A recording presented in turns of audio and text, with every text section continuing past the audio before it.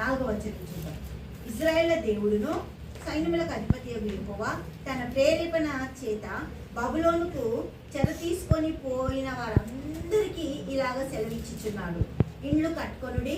బబులోన్ ఏంటి? శ్రమ. దేవుడికి స్తోత్రం. లోకము, చెర, బంధకాలు, అటువంటి వాళ్ళందరికీ అంట ఇల్లు కట్టుకొని. ఎందుకు? 52 రోజులు ప్రార్థనకి దేవుడు బెనిఫిట్ ఇస్తుంది. పక్కనతో చెప్పండి, మనకి లాభం వచ్చింది.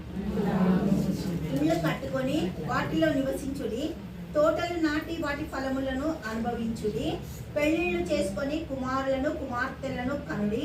అక్కడ ఏమి మీకు తక్కువ లేకుండా అభివృద్ధి పొందుటకై వారు కుమారులను కుమార్తెలను కనునట్లు మీ కుమారులకు పెళ్లిళ్ళు చేయుడి, మీ కుమార్తెలకు పురుషులను సంపాదించుడి. దేవుడికి మహిమ కలుగుందాక.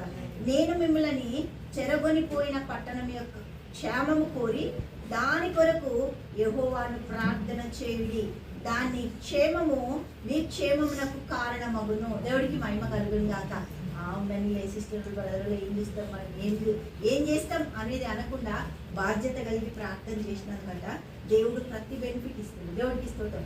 ఆయన బెనిఫిట్ ఇస్తే ఎవరు కూడా ఆపలేదు. దేవుడికి మహిమ కలుగుతుందాక.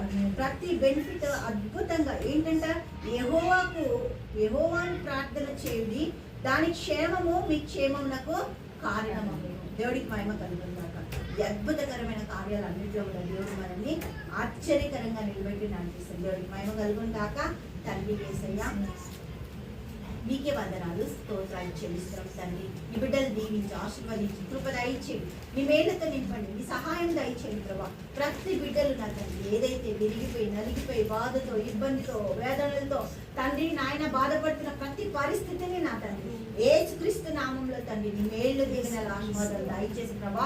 ప్రతి కుటుంబాన్ని ప్రభా నా హస్తాల్లో పెట్టుకొని తండ్రి నాయన మీరే విశ్వాసులుగా నిలబెట్టి విశ్వాసపు జీవితాన్ని, విశ్వాసపు యాత్రని, శిలువ యాత్రలో నీ బిడ్డలను నడిపిస్తున్నందుకు వందనాలు, స్తోత్రాలు చెల్లిస్తూ నీ బిడ్డలందరినీ నీకు అప్పగిస్తూ ప్రార్థిస్తున్నాము తండ్రి. ఆమేన్.